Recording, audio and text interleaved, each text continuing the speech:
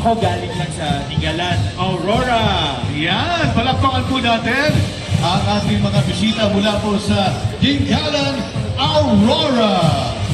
Mabuhay! Welcome to Baguio City. Welcome to the 30th Panagbaga celebration.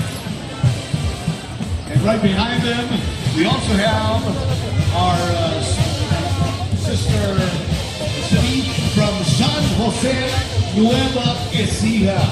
Yan, magandang umaga po sa inyo. And welcome to Baguio Flower Festival, our 30th celebration.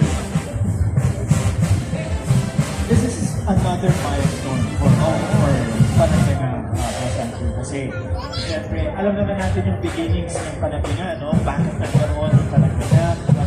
Ano yung mga naging pagsubok leading to the 30th anniversary of the celebration. So, kaya, meron tayong very special dance and musical performance.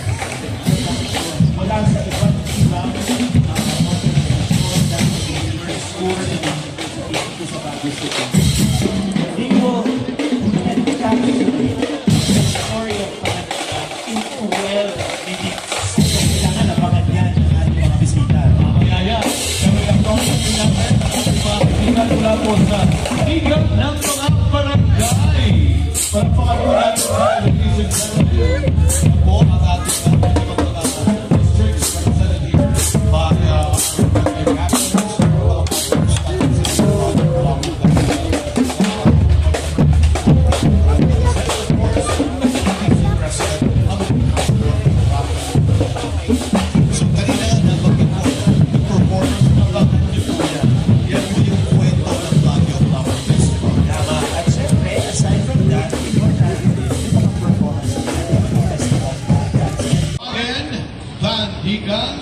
Jose, we have Sir Ray Mananang and Sir Rob, headed by its Honorable Mayor, Benjamin Magalong. Palakpakan po natin, together with our First Lady, Mrs. Arlene Magalong, our Honorable Vice Mayor.